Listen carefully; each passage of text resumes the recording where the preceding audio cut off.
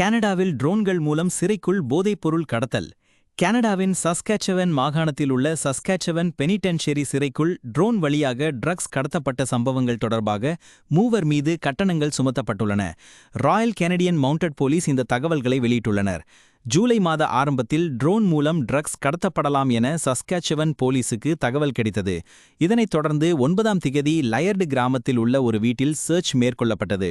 172 gram மெத்தாம்ஃபெட்டமின், 112 gram cannabis concentrate, ஒரு drone, laptop மற்றும் செல்போன்கள் கைப்பற்றப்பட்டன.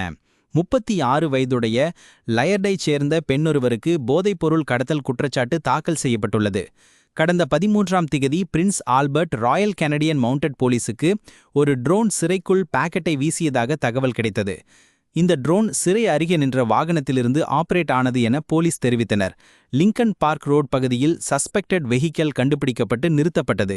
அதில் இருந்த ஒரு ஆண் மற்றும் பெண் கைது செய்யப்பட்டனர். வாகனத்தில் ட்ரோன் மற்றும் செல்போன்கள் பறிமுதல் செய்யப்பட்டன. மேலும் சிறை அருகே விழுந்து நொறுங்கிய மற்றொரு ட்ரோன் மற்றும் சிறைக்குள் விழுந்த பாக்கெட்டும் கைப்பற்றப்பட்டன.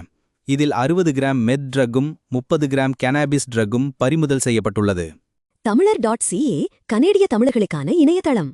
கனடா தொடர்பான இன்னும் பல தகவல்களை தொடர்ந்து அறிய எமது சமூக வலைதளங்களை ஃபாலோ செய்யுங்கள்.